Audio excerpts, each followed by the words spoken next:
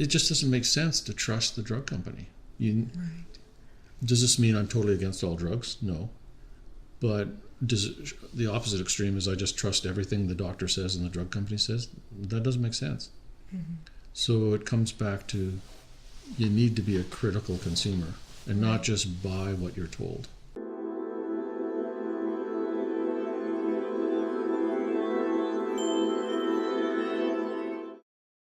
Dr. Ross, what do you think are the most important things that we as consumers should know about prescription drug side effects? Well, this is a big, big problem. And the general rule of thumb is the effectiveness of the drug is going to be exaggerated up by medicine and the drug companies, and the side effects are going to be exaggerated down. So, first of all, you should just take that as an opening assumption and then look case by case to see, is that true in this drug or is it true in this drug? But that's going to be the opening rule of thumb.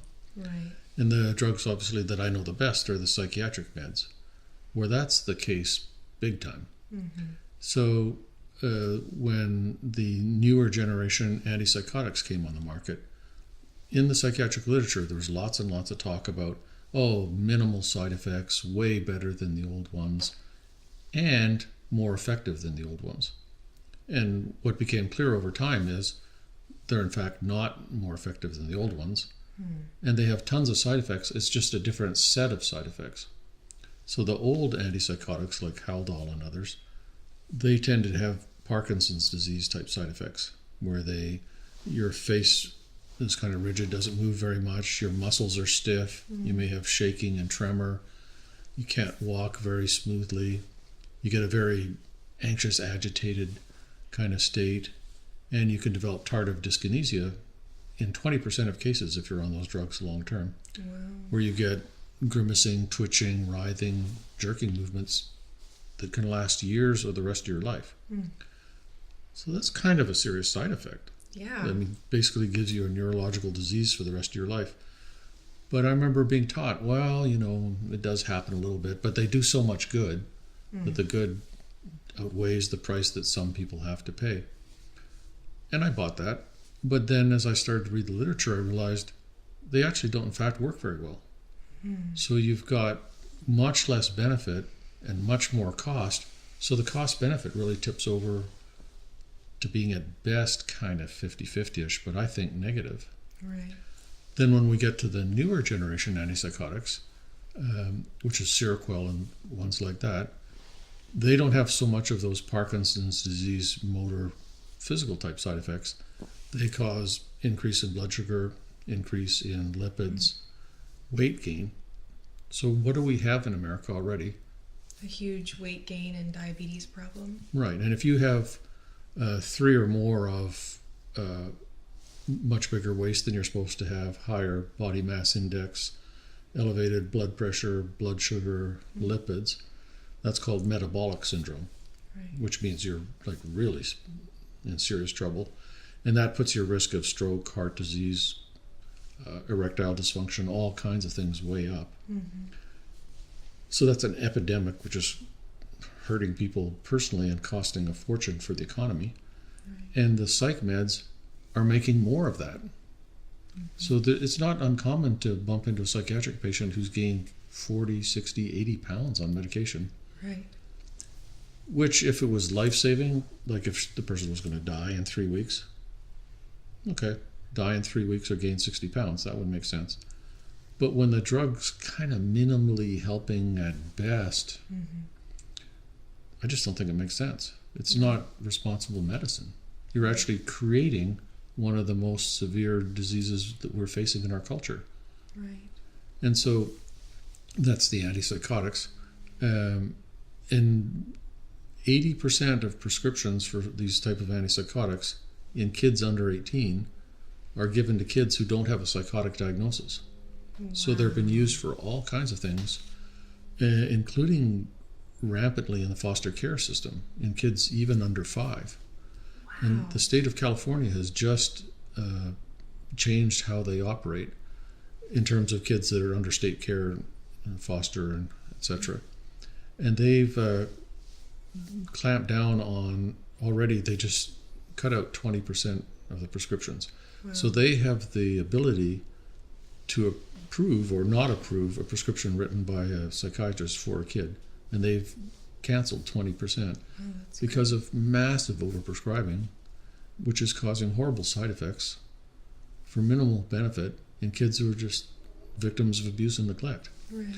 And then when we go to the far end of the age spectrum, in nursing homes and people with dementia, there's massive overprescribing of those drugs. Right. And the side effects there include premature death. It's not just little side effects. And of course, there's just this incredibly long list of side effects that they go through incredibly quickly, and people maybe just kind of think, oh, it's a side effect, it doesn't really happen. And you're saying that actually these side effects are perhaps more common than we're led to believe by what we hear in these ads on television.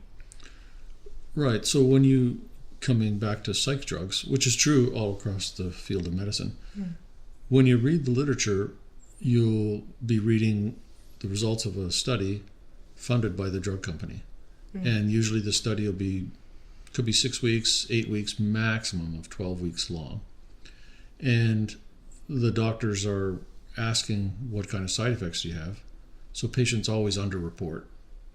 And then you get the official number of side effects on the drug compared to placebo. But you have no information whatsoever about what happens once you've been on 6 months, 9 months, 12 months. Right. So that information is missing. There's underreporting. And the people who get into those drug studies are very carefully selected, can't have serious medical problems, can't have addictions, can't have other psychiatric disorders. So they're much less prone to side effects. So there's a whole bunch of reasons why the official side effect levels are way less than actual reality. Wow. And so then the psychiatrist can actually say, oh, the literature shows that 10% of people get the following side effects, when it's probably more likely going to be 15 or 20 or 25 or 30. And then there's certain side effects that don't show up in the first 6 weeks, 8 weeks, 12 weeks. So there's a whole bunch of reasons why the official side effect levels are low. Right. But, and this is not, some sort of fringe idea. This is the official position of the government of the United States, the FDA, that for the SSRI antidepressants, side effects include, which is inside their black box warning, include serious agitation, delusions, hallucinations, homicidal ideation, suicidal ideation. And the rate of suicidal ideation is higher if you're on an antidepressant than if you're on placebo. Those are established facts according to the government. So this is not just some fringe, anti-psychiatry opinion or something. These are the facts. And going back to the TV ads, it's always a very pleasant, reassuring voice saying, by the way, if your left leg falls off, call your doctor. There's horrendous side effects, including lymphoma, cancers, sudden death. Suicidality. And of course, since it's such a pleasant, reassuring voice, the person's always going to go, oh, well, that won't happen to me. This all feels nice and good. It's always like a person sitting on a beach or playing with their kids or playing with a kitten, and here's this list going on and on and on of all of these things. So I have a friend, a psychiatrist colleague, Doug Bremner, who is at Emory University, who's a very academic, well-published guy, who was the lead expert witness in the lawsuit against the drug Accutane, which is for acne. And hundreds and hundreds of kids on Accutane were committing suicide. Wow. Totally caused by the drug, wouldn't have happened without the drug. And in his book, The Goose That Laid the Golden Egg, he tells a story in great detail of the drug company really played dirty pool. And one of the things they did was, which is in the movie script version of the book that he wrote that I just read, is the fictional drug company in the movie, which is based on the real drug company. They had a French division and a U.S. division of their company. And the U.S. division was officially stating, there's no link to suicide, there's no evidence, we've done all these studies. Whereas the French division was telling the people in France that there is a link between the drug and suicide, and they should watch out for that and be careful about it. And then the drug company was saying, Well, these are two different companies. We don't communicate at all. And so the lawyers were able to subpoena the documents, prove that they're divisions under the same parent company, and recover all the emails where the drug companies are talking back and forth from France to the US about the very fact that there is a link to the suicide, which is now scientifically known and proven. And so it's really protecting the money of the drug company at the expense of the patients at all costs. Right. And so how much should we trust the drug companies? We already know that they're settling combined, in the last 5 years, settling combined criminal and civil lawsuits for as much as $3 billion for one lawsuit about one drug. Wow. 3 billion, 2 billion, 1 billion, and then lots and lots and lots of suits settled in the 50 million, couple hundred million range, just for psych drugs. So it just doesn't make sense to trust the drug company. Right. Does this mean I'm totally against all drugs? No. But the opposite extreme is I just trust everything the doctor says and the drug company says? That doesn't make sense. So it comes back to you need to be a critical consumer and not just buy what you're told. Certainly. And you can be the unfortunate individual who has these horrendous side effects like killing yourself, getting cancer, having a heart attack, obesity, all kinds of things. Effects. I think the Accutane example is just such a prime example of a case where the purpose of the medication and the side effect are just so disproportionate. Here you're taking something to try and clear up your skin, and it turns out that there's hundreds of children who end up committing suicide as a result of the drug. What a clear example of, and this is something that I think a lot of people don't even know happened or aren't aware of. So what a great example of, how these drug companies not only were able to manipulate, all of those actual studies and trials and cases with those families, but then also to do a pretty effective job of hiding that all from the public. Right. And still continuing to sell all of these different drugs to us with comparable lists of side effects. So it is a perfect example because the problem being treated is acne. So acne is a serious problem. That's a bad thing to have if you're a kid. But you're not going to die from it in the next 3 weeks. Right. So it's not like leukemia. So with leukemia, we have to look at chemotherapy. What's the benefit? What's the cost? And we know for a fact, nobody disputes, that some kids are going to die from the chemotherapy earlier than they would have died from the leukemia. But we also know that without the chemotherapy, the huge majority of the kids are going to die very soon. Right. And many cancers don't respond to chemotherapy very well, but childhood acute leukemia does. So many, many, many, many kids, like 95%, are going to go into long-term remission, and many of them will be alive 20 years later instead of like 1% of them being alive, literally. Right. So therefore, it's humane, it's ethical to kill a couple hundred kids with chemotherapy side effects to save hundreds of thousands. Right. So these kind of tough decisions get made in medicine all the time. But does it make sense for 300 kids to commit suicide so all these other kids don't have acne? I don't think so. Right. So you always have to kind of go case by case, drug by drug, which is the same for vaccines, actually. And then, so there's this huge attack on anti-vaxxers now, right? As if there's only two camps. You totally buy that every vaccine is safe, every vaccine is good, and you take all of them exactly the way your doctor says you should, or you're just this crazy person who's totally against all vaccines.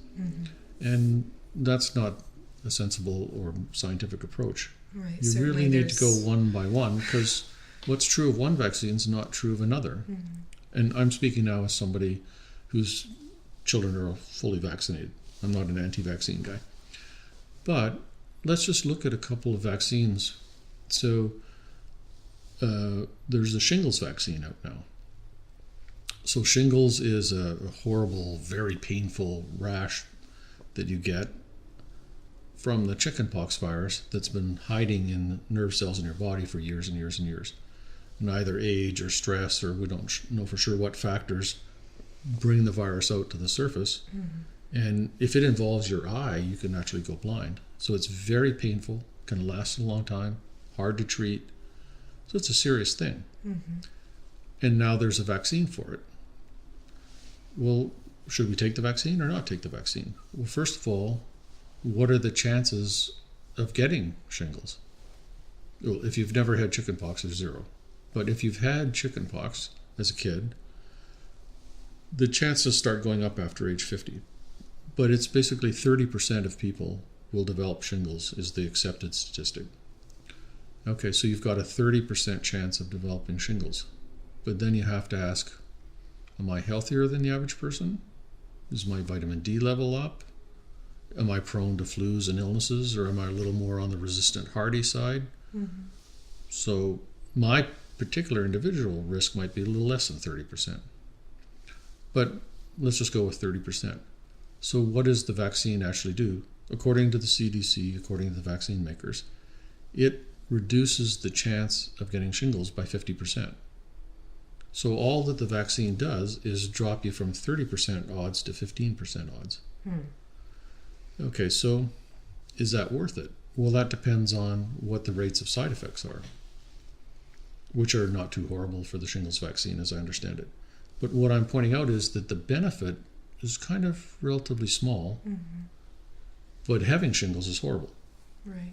So that's the evaluation you have to make. But if you look at the polio vaccine, well, the consequences of having polio are horrendous. So then you can tolerate much, much, much more risk and side effects for the benefit of not having polio. Right. And I had a classmate who had polio, and I lived through the polio period in the 50s and 60s when the swimming pools were closed.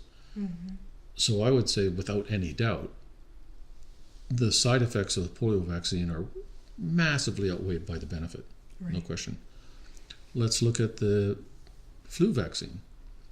Well, we know the flu vaccine is pretty hit and miss. So, and the basic statistic is in the 35,000 people per year die of flu in the US. We know that. So people do die from the flu, but most people don't. But nevertheless, it's a serious life-threatening thing, especially if you're older or you're on chemotherapy or you have immune disorder or AIDS. But the odds aren't that high that you're going to be the person who dies. Most people don't get the flu. Most people get the flu, have it for a few days. So that's kind of the risk. What are the benefits of the vaccine? So now this is on the CDC webpage. This is not an anti-vaxxer thing. If you go on the CDC website, or you go on like WebMD or those kind of websites, they'll generally say that the flu vaccine works 70% of the time. But then when you kind of read a little bit more carefully, it'll point out that, well, that's the year that the flu vaccines work the best. And in the last 10 years, there's other years where the flu vaccine worked almost 0% because the vaccine was against the wrong strain of flu. Right. Because in the flu world, like with chickenpox, it's just chickenpox. And the chickenpox virus doesn't mutate all the time. But in the flu world, the flu viruses, there's many of them, and they're always mutating. So if you happen to have a flu vaccine that doesn't match what turns out to be the main virus in the upcoming flu season, then it doesn't work at all. So then if you look at over 50, the current year flu vaccine, we don't know exactly how well it's going to work because we have to gather all the data. But if we look at the preceding year, it's only like about 15%. Wow. Because it so happened that the main virus was not the one that the vaccine was tagged to. Right. So then you're taking the flu vaccine for a benefit that's very up and down, very fluctuating. How serious is the flu, and what are the side effects? So you can't just have, like, here's my attitude towards vaccines. You really have to assess it one by one by one by one. Certainly. And on an individual basis, too. Which that ultimately each person needs to make their own decision. Like you were pointing out, is this something you're more susceptible to or not? What are going to be the implications if you do end up getting the flu or not? Each person has to make their own individual decision. And this is really where the full disclosure comes in, that in order for us to make an informed dissent or informed consent, in order to make an informed decision, we have to be, thoroughly explained the costs and benefits. Right, and the problem there that we've been talking about is all across the board, vaccines, meds, the tendency is, first of all, vaccines are a $40 billion industry annually worldwide, so there's a lot of money. And they're mostly controlled by a small number of drug companies who also manufacture some of the psych meds that I know thoroughly. But there's a huge amount of money at stake, so there's a huge incentive to make it sound more effective than it is and to minimize the side effects. Right. And we know the anti-vaxxers think that especially MMR vaccine can cause autism. And we know that mainstream medicine just totally poo-poos that and says these people are nuts. But wait a minute. So it's impossible that vaccines cause autism. When I was in medical school, I was taught that the measles vaccine causes several hundred cases of measles encephalopathy per year, which is a very serious brain infection, which some people die from, and some people don't recover from and have permanent neurological impairment that kind of resembles autism. That's what I was taught in medical school. Wow. There's a vaccine court. So most people probably don't know that the government of the United States actually has a vaccine court.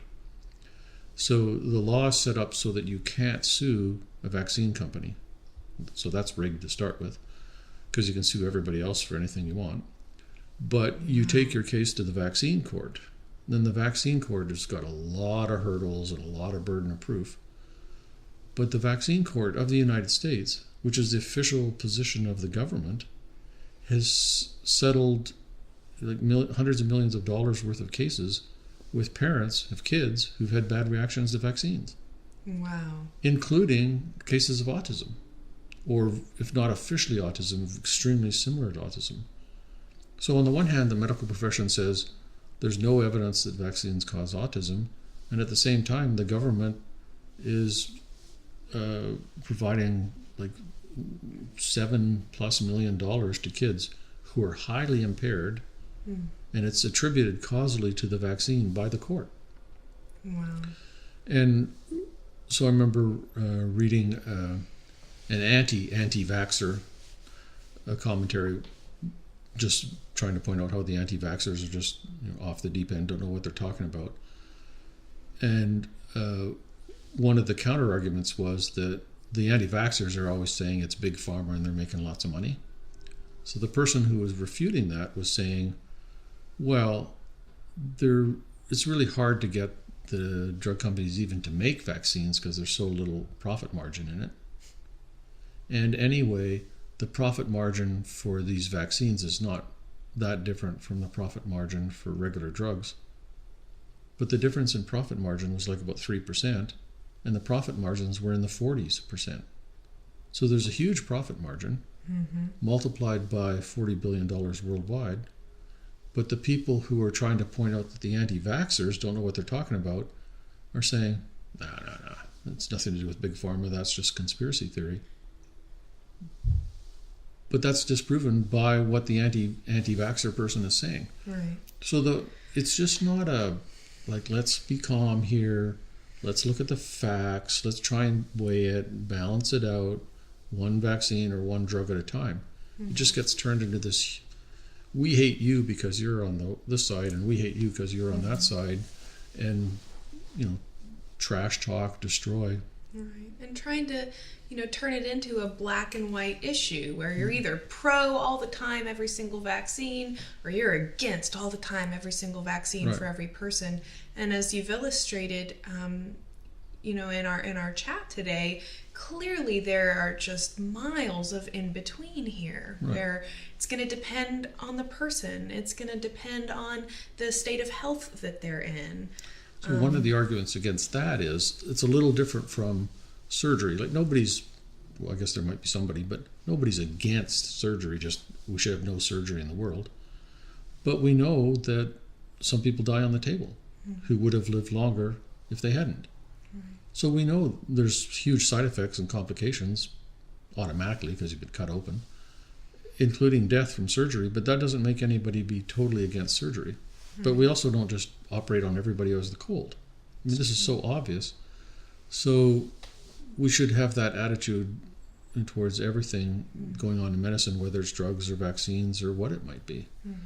And so I'm just calling for a little bit more calmness, a little bit more reason, and not these polarized positions. Right. The anti-vaxxers, they often talk about herd immunity, which is a real thing, which is important. So if you can vaccinate everybody with polio, then nobody's going to get polio. So if somebody comes in from another country with polio, all the people in the United States won't get infected. You'll just have one case. That'll be the end of it, which totally makes sense and is true. But then one of the reasons that the argument is people shouldn't have a choice about vaccinating their kids, and you shouldn't be able to go to school and shouldn't be able to do this if you haven't vaccinated your kids, is because if you don't vaccinate your kid, then you're reducing the herd immunity, and therefore you're exposing other people to a risk of mumps or measles or whatever it might be, rubella. Even though they're supposed to be vaccinated. Yeah, so this is a little flaw in the logic. Well, why are we stirring up all this fear and hysteria in the people who have been vaccinated that these non-vaccinated kids are going to expose your kids to risk if the vaccines work? That doesn't. So then the question becomes, okay, well, wait a minute. How well do the vaccines work? What are the odds that if your kid was exposed to somebody who wasn't vaccinated, who got the measles, your kid would get the measles even though they've been vaccinated? Well, most people don't know that statistic. So the official statistic is somewhere in the 5-6% range, which could be accurate or not. So 94-5% of people who get the measles vaccine are immune, but 5 or 6% it doesn't work. So now we got to look at, okay, what are the odds that your vaccinated kid is one of the 5 or 6% where the vaccine isn't working, and they are going to get exposed to somebody who has the measles, and they are going to get it from the measles, and they are going to have serious side effects. Pretty small odds, right? Right. But if we can stir up the level of hysteria, like, oh my God, herd immunity, everybody's going to die, then we can hate the anti-vaxxers. But again, we need to, okay, wait a minute, really how much risk are we talking about here? Right. And how much is it just, sowing discord among groups of people where, I think realistically in life, there's no way that anyone is ever going to be happy with everyone else's decisions of what they do. And so there has to be just some level of, respecting that other people have the right to make a decision, even if it's not the decision you would make. And I know that, we started this conversation about side effects and has kind of sidelined a little bit, but I think it still really holds true because the ultimate question is, do the side effects outweigh the benefits in different cases, looking at different drugs? And for any consumer, it's important that we evaluate that and do our own research, because oftentimes our doctor won't necessarily know the actual costs or potential costs of a drug.